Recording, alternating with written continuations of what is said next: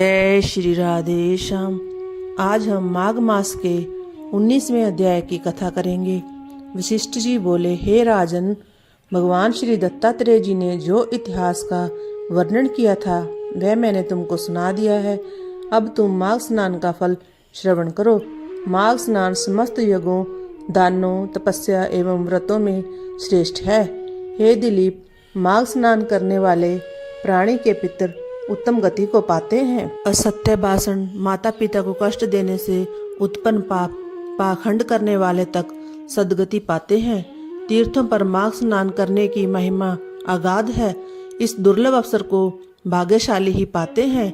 इसमें जप, तप, दान, हरि पूजन तथा स्नान करने वाला प्राणी अहोभागी है। माघ स्नान के पश्चात सामर्थ्य के अनुसार वस्त्र, ईंधन, स्वर्ण, अन्न आदि का दान करना चाहिए। दीप, अग्नि, वस्त्र दान करने वाला भगवान सूर्य के तेजस्वी लोक को प्राप्त करता है। वे महान पापी जो अन्य प्रकार के किसी यज्ञ, जप, तप, दान और धर्म कार्य से अपने पापों के द्वारा मुक्ति नहीं पा सकते, उन्हें अवश्य माघ स्नान करना चाहिए।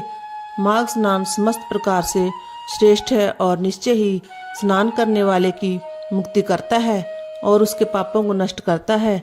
चाहे वह कैसे ही पाप में लिप्त क्यों न हो, वे पाप आत्मा जो दोपहर के समय भी माघ स्नान करते हैं, यम की अनेक यातनाओं से मुक्त हो जाते हैं।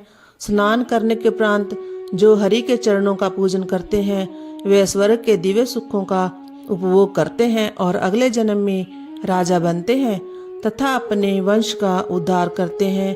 हे दिलीप, जिस प्रकार एक छोटी सी चिंगारी से काठ का बड़ा ढेर भी नष्ट हो जाता है, वैसे माघ स्नान के द्वारा बड़े से बड़े पापों का समूह नष्ट होता है। मन, क्रम, वचन के द्वारा हुए समस्त पाप नष्ट होते हैं। जिस प्रकार विष्णु समय आने पर दैत्यों का तुरंत संहार कर देते हैं, वैसे ही माघ स्नान पापों को नष्ट करता है। चाहे किसी भी कारण से यदि कोई प्राणी माघ स्नान कर लेता है तो उसके पाप नष्ट हो जाते हैं। गंधर्व कन्याएं श्राप भोग रही थी, तब दया करके लोमस जी ने स्नान का फल बताया और उनका उद्धार किया। सूत जी ने कहा, हे ऋषिजनों, इतनी कथा सुनकर राजा दिलीप ने वशिष्ठ जी से पूछा, हे भगवान, उन गंधर्व कन्याओं को किस कारण श्राप मिला और उनका क्या इतिहास है, सुनाने की कृपा करें। तब धर्म में राजा की श्रद्धा जान वशिष्ठ जी बोले, हे राजन, तेरा यह प्रश्न उत्तम है। धर्म में जिज्ञासा देखकर मैं तेरे इस प्रश्न पर इतिहास सुनाता हूँ। प्रमोदनी, सुशीला, सुस्वरा, सुतारा और चंद्रिका नामक 5 गंधर्व कन्याएं थी। उन सभी के पिता गंधर्व थे और ये कन्याएं समान आयु और रूप में एक दूसरे से अधिक सुंदर थी। वे नृत्य, संगीत, वाद्य और सभी कलाओं में निपुण थी। उनको देखते ही प्राणी उन पर मोहित हो जाता था। वे हास परिहास में भी पारंगत थी। वे गंधर्व बालाएं साथ साथ खेला करती थी, कभी वन में, कभी पर्वत पर, कभी उपवन में, कभी किसी सरोवर पर जाकर खेलती रहती थी। एक बार वे सब मिलकर खेलते हुए एक वन में पहुंची। माघ का महीना था। वे कल्प वृक्ष के फूल चुनने लगी। एक बार वे खेलती हुई एक निर्मल सरोवर पर जा पहुंची और वहां गौरी के पूजन हेतु लगे पुष्प तोड़कर ले आई।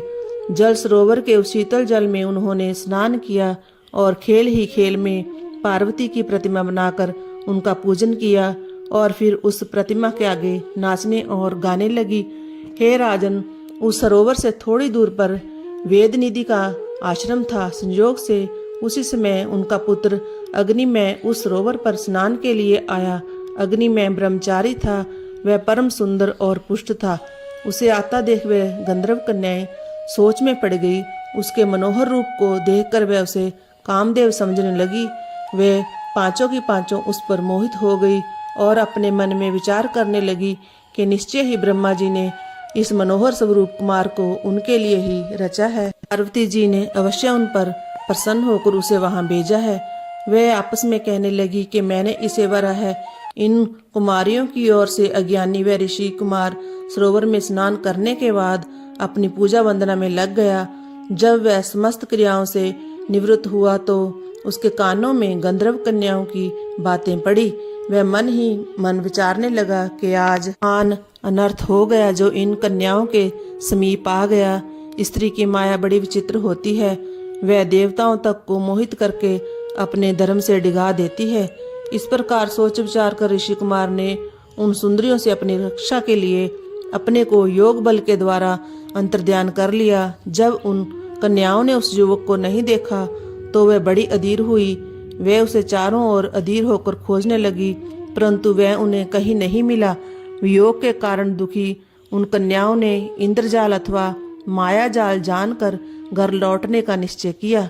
विरह से तृप्त बहुत विलंब करके जब वह अपने घर पहुंची तो उनकी माताओं ने उनसे देर से आने का कारण पूछा और उनके चेहरों पर विषाद चिन्हों को देखकर तरह तरह से प्रश्न पूछने लगी। इस प्रकार कथा का 19वां अध्याय समाप्त हुआ। जय जय श्री राधे श्याम।